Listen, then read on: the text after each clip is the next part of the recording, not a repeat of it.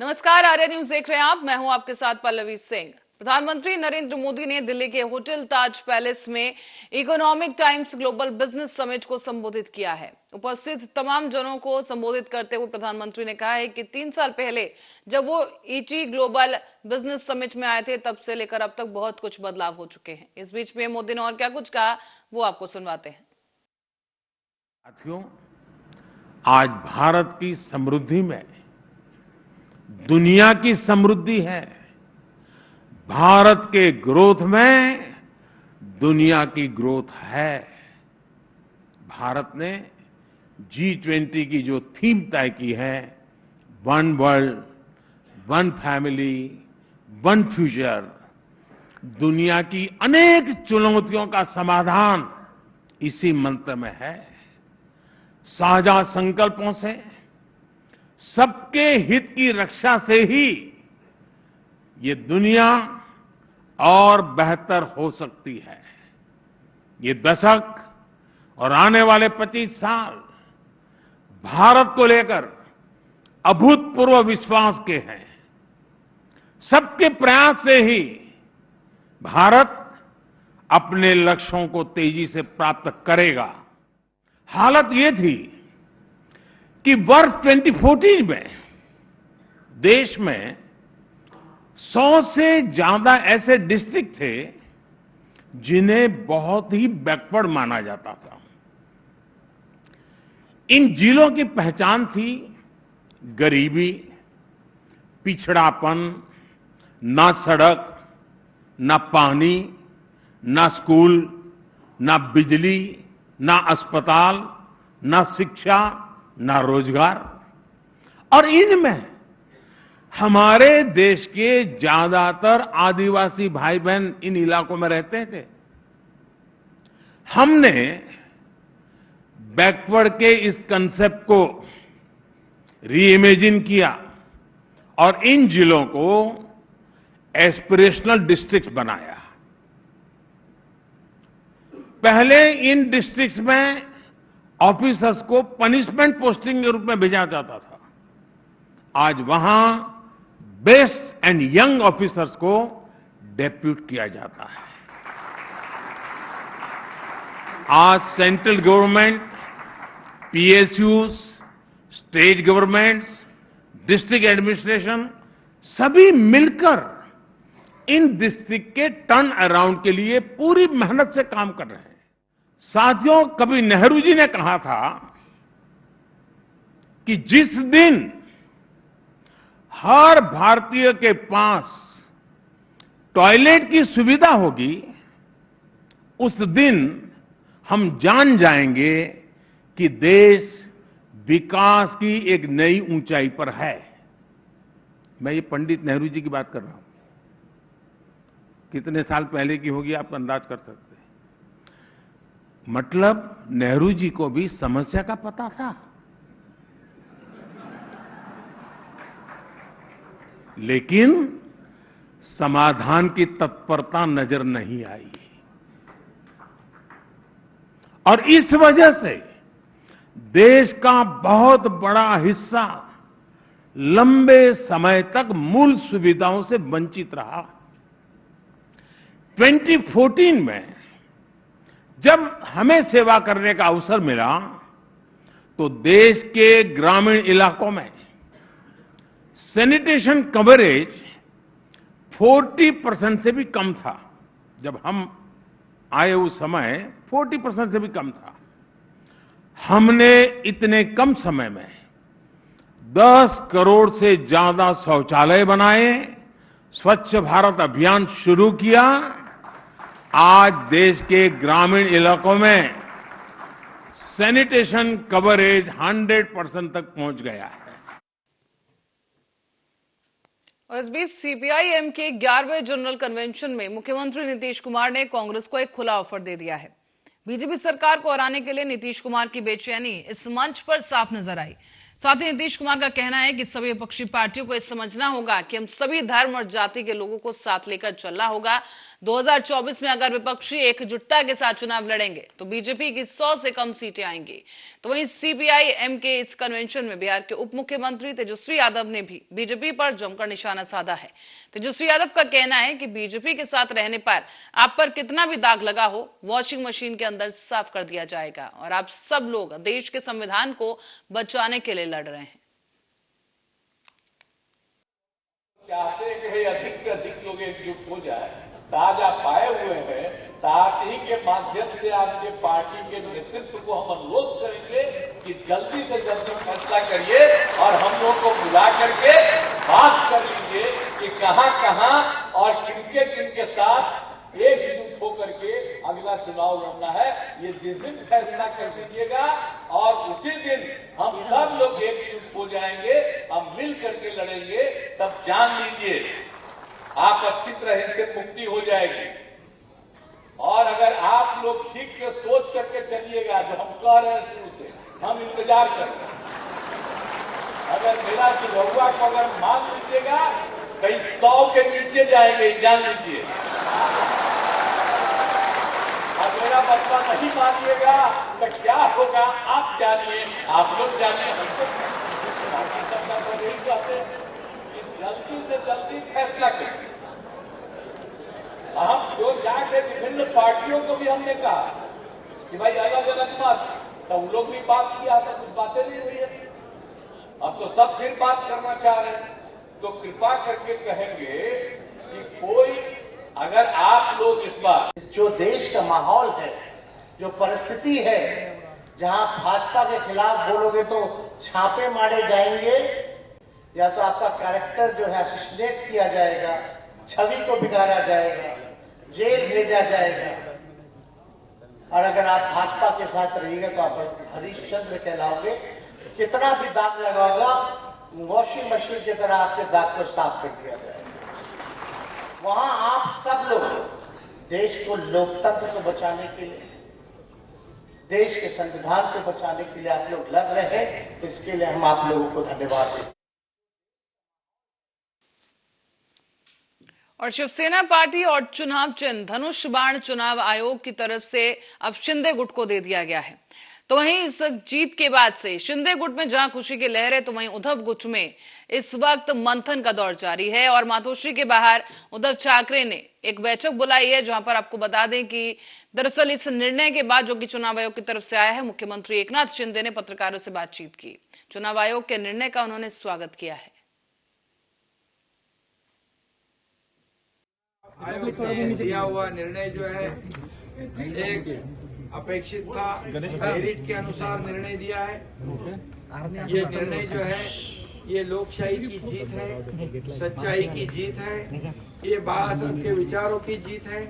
और जो बाबा साहब के विचारों को विश्वास रखने वाले जो मेरे साथ विधायक जो है 50-13 सांसद, सैकड़ों हजारों नगर सेवक, पार्षद और लाखों कार्यकर्ताओं की ये जीत है, इतना ही मैं कहूँगा।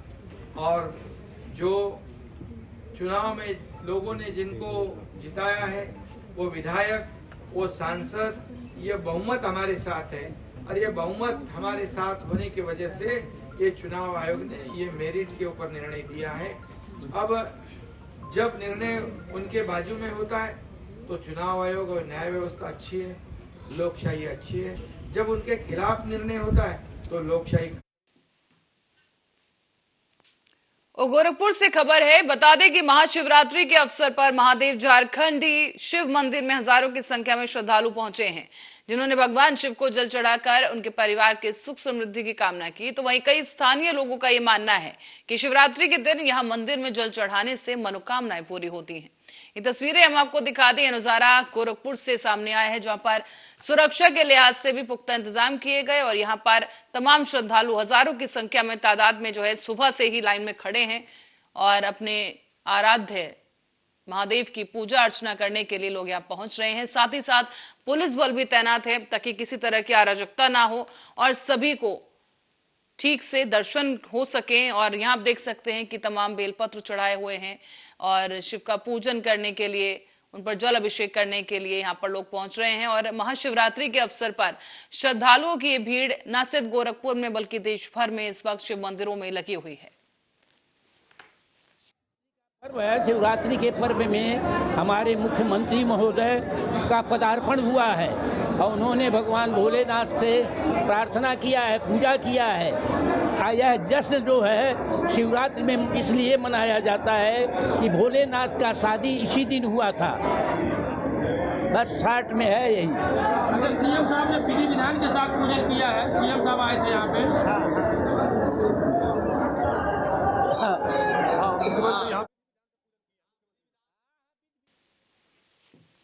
महाशिवरात्रि के शुभ अवसर पर रीवा के शिवालयों में भी लगे हुए बम बम भोले के नारे और नारों से गूंज उठा पूरा माहौल। भक्त सुबह से लाइन लगाकर भोलेनाथ के लिए दर्शन के लिए पहुंच रहे हैं। जगह जगह भक्तों के द्वारा भंडारे भी किए जा रहे हैं। और आपको बता दें कि रीवा किला, महामृत्युंजय कोठी, कंपाउंड शिव मंदिर में भक्तों की काफी ज्यादा भीड़ देखी जा रही है। जैसे कि तस्वीरों में देख के भी समझा जा सकता है कि यहाँ पर काफी भारी संख्या में लोग पहुंच रहे हैं।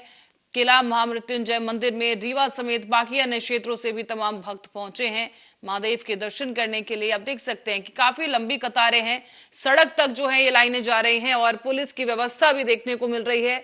और यहाँ पर शिवालय पहुंचकर तमाम जो भक्तजन हैं वो पूजा अर्चना कर रहे हैं। बहुत सारी भीड़ है, इतनी लंबी लाइन लगी है कि पता चला कैसे नहा पाएंगे। वही जा रहे हैं, बहुत देर से लगे। ये इसलिए कि शंकर जी और पार्वती जी की शादी होती है, उसी के इस दिन विवाह हुआ था, आज के दिन, इसलिए महत्व ज़्यादा है जी। और पंचायत पटेल है नाम मेरा।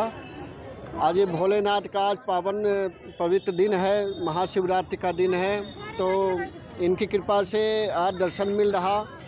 और बहुत अच्छी प्रशासन की व्यवस्था भी है कि जो अभी तो भीड़ नहीं है, बढ़िया से लाइन से और दर्शन मिल रहा है। और जल चढ़ाने आए हैं, गंगा जी का जल लेके आए हैं। हाँ, काफ़ी टाइम नहीं हुआ, 5 मिनट 10 मिनट हुआ, अभी तो ज़्यादा नहीं है, पर धीरे धीरे। और अयोध्या से खबर है, जो अयोध्या कैंट रेलवे स्टेशन पर गौरव यात्रा ट्रेन के पहुंचने पर श्रद्धालुओं ने जय श्री राम के नारे लगा दिए हैं। इसके बाद सभी श्रद्धालु 4 बसों से अयोध्या धाम के लिए रवाना हुए और ये श्रद्धालु हनुमानगढ़ी का पूजन दर्शन करेंगे। अयोध्या धाम से दर्शन पूजन करने के बाद ट्रेन जो है वो सीतामढ़ी बिहार के लिए रवाना होगी और सीतामढ़ी से ट्रेन वाराणसी जाएगी, जहां पर श्रद्धालु काशी विश्वनाथ का पूजन कर सकेंगे। एक किस्म की सौगात है सीनियर सिटीजन के लिए। और इसमें तो मैं ये कहूँगा कि आप अपने घर से सिर्फ 2 कपड़े थैले में ले आइए और किसी चीज़ की आवश्यकता नहीं है। ट्रेन के अंदर इतना खाना पीना है, इतना व्यवस्था है, इतना सुंदर तरीके से अरेंज किया। सर, ये IRCTC के द्वारा श्री राम जानकी ट्रेन चलाई गई है, जो कि सफदरजंग रेलवे स्टेशन से 17 तारीख को शाम 4 बजे चल के अब ये पहली पड़ाव अपनी अयोध्या आई है। यहाँ से ये माता जानकी के घर जैसे कि जनकपुर जाएगी, उसके बाद पुनः ये वापस बनारस आएगी, बनारस के बाद हम प्रयागराज जाएंगे, उसके बाद पुनः ये ट्रेन दिल्ली जाके खत्म होगी। कितने यात्री हैं इसके अंदर अभी 128 यात्री हैं, जो कि मैक्सिमम सीनियर सिटीजन्स हैं। इनके खाने पीने की और बहुत ही अच्छी व्यवस्था ट्रेन के अंदर है। आप जैसे ट्रेन देखेंगे तो उसके अंदर रेस्टोरेंट है और वाईफाई पूरा किचन है जिसमें खाना तैयार होता है और रेस्टोरेंट में इनको बैठा कर सर्विस दी जाती है। सबसे बड़ी बात तो कि देश के लिए भगवान राम में पूजनीय है और हमारे आदरणीय है और सभी लोग, इसीलिए आप इस ट्रेन को आप देखेंगे जो। और औरैया में शिवरात्रि के पर्व पर सुबह से ही भक्तों की भीड़ दिखाई दे रही है। इस दौरान मंदिर प्रांगण के अंदर बम बम भोले के जयकारे के साथ शिव भगवान पर जलाभिषेक किया गया है। भक्तों की लंबी कतार के साथ यहां पर तमाम श्रद्धालु नजर आ रहे हैं। तस्वीरों में आपको दिखाते हैं औरैया से क्या कुछ नजारा है। यहाँ पर शिवरात्रि के इस महापर्व पर तमाम श्रद्धालु अपनी मनोकामना लेकर महादेव के दरबार पहुंचे हैं और यहाँ पर मंदिरों में श्रद्धालुओं का जो जमावड़ा है वो सुबह से ही देखने को मिल रहा है। और कई श्रद्धालु यहाँ पर काफी घंटों से लाइन पर खड़े हैं और इंतजार कर रहे हैं कि कब उनकी बारी आएगी और वो शिवलिंग पर जलाभिषेक कर सकेंगे। जैसा कि आप सभी को पता है कि औरैया में जो देवकली मंदिर है काफ़ी प्राचीन और प्रसिद्ध मंदिर है। ये जो शिवलिंग है स्वयंभू है, ये जब अपने आप उद्गमित हुई है। इसके अलावा इसका जो आकार ऊपर नीचे होता रहता है, जिसकी जो मान्यताएं हैं, इसीलिए हम लोग काफ़ी देर से यहाँ पर आ गए थे। रात में सुबह शाम को 8 बजे से लग चुके हैं। उसके बाद अभी गेट खुले, इसके बाद हम लोगों ने इसके दर्शन किए और काफ़ी अपने आप को धन्य महसूस कर रहे हैं और कोशिश करते हैं कि भोलेनाथ का आशीर्वाद हम लोग। देखिए, पहले तो महाशिवरात्रि की सभी को हार्दिक शुभकामनाएं। बाबा भगवान शिव सभी की मनोकामना पूरी करें। दूसरी बात रही मान्यता की, ये मंदिर बहुत ही प्राचीन मंदिर है जो कि 11वीं शताब्दी से है। यहाँ साक्षात स्वयं शिव शंभू विराजमान है, जिनके दर्शन के लिए लोग दूर दूर से आते हैं। आज यहाँ पे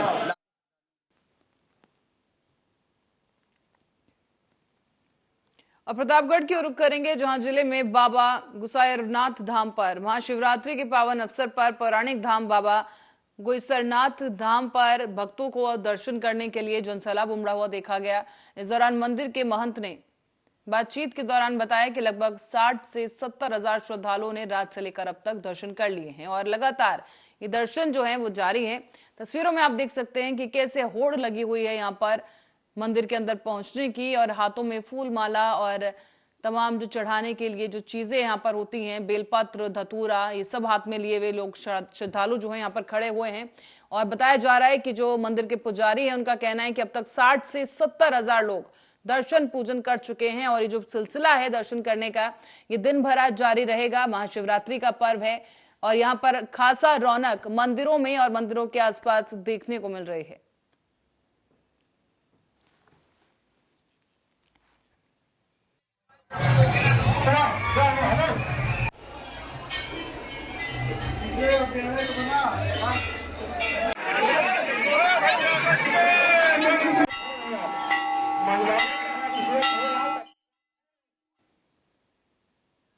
और छत्तीसगढ़ के राजस्व मंत्री के गृह जिले में राजस्व अमले के कार्यों से असंतुष्ट बुजुर्ग आमरण अनशन पर बैठ गए हैं। दरअसल आपको बता दें कि दुर्ग जिला पाटन तहसील के रहने वाले हैं ये श्यामराव सिरके, जिनके द्वारा 1985 में कोरबा जिले के रिहायशी इलाके में 6 डिसमिल जमीन खरीदी गई थी और उस दौरान श्यामराव कोरबा पावर प्लांट में बतौर मैकेनिकल कार्यरत थे। लेकिन कुछ साल बीतने के बाद श्यामराव की जो जमीन है वो खाली पड़ी रही और खाली पड़ी जमीन पर पटवारियों और आरआई के द्वारा जमीन की 3 बार रजिस्ट्री की जा चुकी है। इस मामले में श्यामराव ने छत्तीसगढ़ सरकार से राजस्व मंत्री, राज्यपाल, एसडीएम, तहसीलदार समेत तमाम अन्य अधिकारियों को उनके पास अपनी जमीन की जो चौहदी बनवाते हुए कब्जा दिलाने की जो गुहार है वो लगाई गई है। लेकिन कहा जा रहा है कि जब तक न्याय नहीं मिलता ये बुजुर्ग श्यामराव आमरण अनशन पर बैठ गए हैं।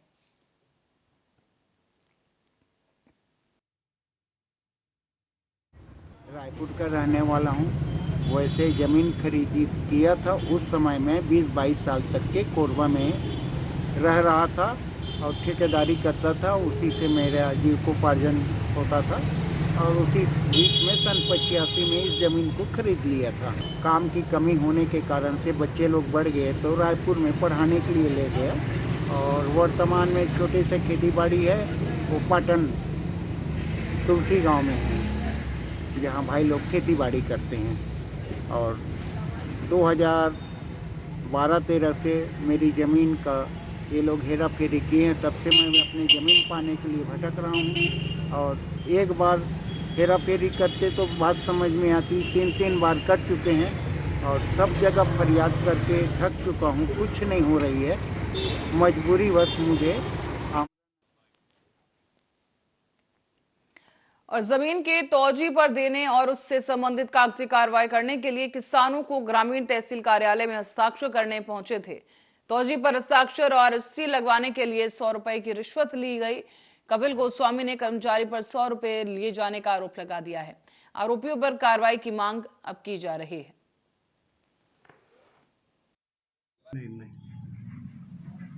नहीं, और आवेदक स्वयं नहीं आ रहा जिसका पॉलीनामा है। कौन आ रहा है? दलाल लोग आ रहे हैं। दलाल लोग आ रहे हैं तो उनसे पैसे लिए जा रहे हैं? नहीं, मेरे अभी आपने पैसे लिए हैं, 2-3 किसानों से पैसे लिए हैं, 100 रुपए लिए हैं। नहीं। किसान ने बाहर जाके हमें बाइट दी है और बोला है कि 100 रुपए लिए जा रहे हैं आपके द्वारा। नहीं, ऐसा कुछ नहीं। आवेदक स्वयं आए और स्वयं जमा करे, कोई किसी से कुछ पैसे नहीं लिए। दलाल आएगा तो पैसे लगते? नहीं नहीं, ना दलाल से ना आवेदन लिया जाएगा ना। मैं साहब अभी तोजीनामा बनवाया है, उस पर साइन करवाने के लिए आया था, सील साइन से। उसके बगैर पंजीयन नहीं हो रहा है जो भी तोजी से ज़मीन रखते हैं। और अभी मैंने बाबूजी से संपर्क किया इस विषय में, तो अभी ये ग्रामीण तहसील है पीपल खेड़ा, हल्का तहसील, पटवारी हल्का नंबर 7 में। तो यहाँ पे बाबूजी प्रत्येक किसान से 100 रुपये ले रहे हैं सील साइन कराने के। आपसे लिए क्या? मेरे से लिए हैं, अभी वर्तमान में अभी दे के आया हूँ मैं। कितने रुपए दिए? 100 रुपये दिए हैं मैंने। काम के लिए? अब यही तो नहीं है साफ पता। कुछ रसीद वगैरह दी है उन्होंने? कुछ रसीद नहीं दे रहा है, 100 रुपये ले रहे हैं हर प्रत्येक व्यक्ति से। दस्तखत करने के 100 रुपये ले रहे हैं। सील और दस्तखत करने के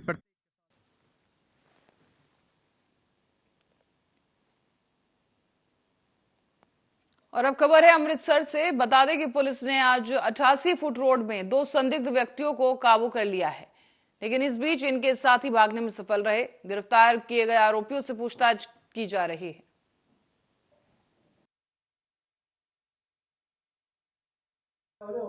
ਸਾਨੂੰ ਇੱਕ ਸ਼ਾਮੀ ਵਿਜੇਨਗਰ ਚੌਂਕੀ 88 ਫੁੱਟ ਰੋਡ ਤੇ ਇੱਕ ਇਨਫੋਰਮੇਸ਼ਨ ਰਿਸੀਵ ਹੋਈ ਸੀ ਕਿ 2 ਅਣਪਛਾਤੇ ਨੌਜਵਾਨ ਵਰਨਾ ਵਾਈਟ ਗੱਡੀ ਤੇ ਘੁੰਮ ਰਹੇ ਨੇ ਤੇ ਉਹਨਾਂ ਕੋਲ ਇਲੀਗਲ ਵੈਪਨ ਵੀ ਹੋ ਸਕਦਾ। ਇਸ ਤੋਂ ਬਾਅਦ ਸਾਡੀ ਪੁਲਿਸ ਪਾਰਟੀ ਨੇ ਸਬ ਇੰਸਪੈਕਟਰ ਜਗਵੀਰ ਸਿੰਘ ਤੇ ਇਹਨਾਂ ਨਾਲ ਬਾਕੀ ਪੁਲਿਸ ਪਾਰਟੀ ਨੇ ਜਦੋਂ ਨਾਕਾ ਲਾਇਆ ਤਾਂ ਇਹ ਵਰਨਾ ਗੱਡੀ ਆਈ ਤੇ ਵਰਨਾ ਗੱਡੀ ਨਾਕਾ ਤੋੜ ਕੇ ਜਦੋਂ ਭੱਜੀ ਤਾਂ ਸਾਡੀ ਪੁਲਿਸ ਪਾਰਟੀ ਨੇ ਉਹਨਾਂ ਨੂੰ ਚੇਸ ਕੀਤਾ। ਇਸ ਚੇਸ ਦੇ ਵਿੱਚ 88 ਫੁੱਟ ਰੋਡ ਤੋਂ ਫੋਰੈਸਟ ਚੌਂਕ ਤੇ ਉਸ ਤੋਂ ਬਾਅਦ ਬਟਾਲਾ ਰੋਡ ਤੇ ਉਹਨਾਂ ਨੇ ਗੱਡੀ ਅੱਗੇ ਹੌਟ ਚੇਸ ਹੋਇਆ ਕਰੀਬ 10-15 ਮਿੰਟ ਦਾ। ਇਸ ਤੋਂ ਬਾਅਦ ਸਾਡੀ ਪੁਲਿਸ ਪਾਰਟੀ ਨੇ ਇਹਨਾਂ ਦੋਨਾਂ ਲੜਕਿਆਂ ਨੂੰ ਕਾਬੂ ਕੀਤਾ। ਇਹਨਾਂ ਦੋਨੋਂ ਲੜਕਿਆਂ ਜਿਨ੍ਹਾਂ 'ਚ ਪਹਿਲੇ ਦਾ ਨਾਮ ਅਰਸ਼ਜੋਤ ਸਿੰਘ ਉਰਫ ਘੁੱਗੀ ਸਨ ਆਫ ਗੁਰਜੀਤ ਸਿੰਘ ਮੱਤੇਵਾਲ ਥਾਣੇ ਦਾ ਰਹਿਣ ਵਾਲਾ ਤੇ ਦੂਸਰਾ ਲੜਕਾ ਅਵਿਨਾਸ਼ ਸਨ ਆਫ ਅਸ਼ਵਨੀ ਕੁਮਾਰ ਇਹ ਮੁਸਤਫਾਬਾਦ ਦਾ ਰਹਿਣ ਵਾਲਾ ਤੇ ਇਹਨਾਂ ਕੋਲ। और चरखी दादरी से मामला सामने आया, जहां नगर परिषद हाउस की एक बैठक बुलाई गई, जहां पर नगर परिषद चेयरमैन, वाइस चेयरमैन, नगर परिषद के अधिकारी और 21 वार्ड के पार्षद मौजूद रहे। नगर परिषद हाउस की इस बैठक में करीब 94 एजेंडे रखे गए हैं कि वार्ड 17 के पार्षद ने चेयरमैन पर भेदभाव के आरोप लगाए, तो वहीं वार्ड 5 के पार्षद ने इसका विरोध किया और इसी बीच दोनों पार्षदों के बीच कहासुनी हो गई। कहासुनी के दौरान बात हाथापाई तक पहुंच गई और नगर परिषद के जो अधिकारी और बाकी पार्षद हैं वो बीच बचाव करने में जुट गए।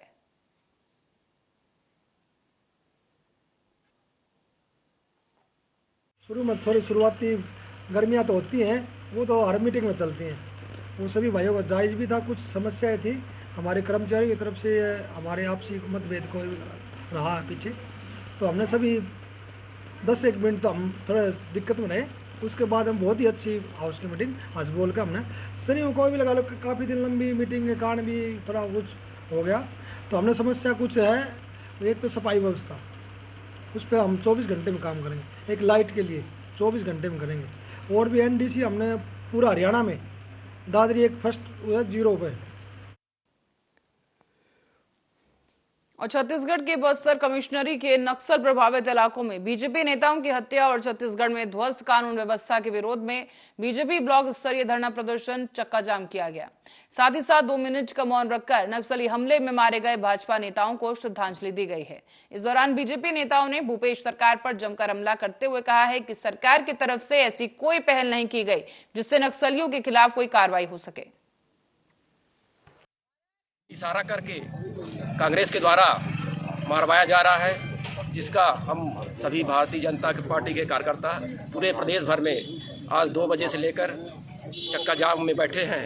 और हमारा एक ही उद्देश्य है, ये आने वाले समय में कांग्रेस सरकार अपने इन अनुयायियों को पाबंदी लगाए, अन्यथा भाजपा के कार्यकर्ता पूरे रोड पे उतर करके इसका। प्रदेश नेतृत्व के आह्वान पर मनेंद्रगढ़ तिराहा में हम समस्त भारतीय जनता पार्टी के कार्यकर्ताओं के द्वारा चक्का जाम का आयोजन किया गया। इस चक्का जाम का मुख्य उद्देश्य ये था, कांग्रेस सरकार, छत्तीसगढ़ की जो कांग्रेस सरकार है, भूपेश बघेल की जो सरकार है, इनके द्वारा जो हमारे बस्तर में जो नरसंहार कराया जा रहा है हमारे भारतीय जनता पार्टी के कार्यकर्ताओं के साथ जैसा हो रहा है, अभी 4 कार्यकर्ताओं की इस तरह से नरसंहार कराया गया है, उसकी भारतीय जनता पार्टी जनकपुर मंडल। हम भारतीय जनता पार्टी के लोग बहुत दुखित हैं, व्यथित हैं और हम कांग्रेस पार्टी का हम निंदा करते हैं और कांग्रेस सरकार को हम आगाह करते हैं कि ये जो तुम कृत्य कर रहे हो ये बहुत गलत है। इसका हम भारतीय जनता पार्टी विरोध करके आज हम लोगों ने चक्का जाम किया है। हम अपने वीर सपूतों को श्रद्धांजलि अर्पित किया है और इस कार्यक्रम के माध्यम से हम कांग्रेस सरकार को आगाह करते हैं कि इस तरह का कृत्य इस प्रजातंत्र में शोभनीय नहीं है। ऐसा कृत्य करना बहुत ही गलत है। और इसी खबर के साथ बुलेटिन में मेरे साथ फिलहाल के लिए इतना ही। देश दुनिया की तमाम खबरों के लिए देखते रहिए आर्या न्यूज।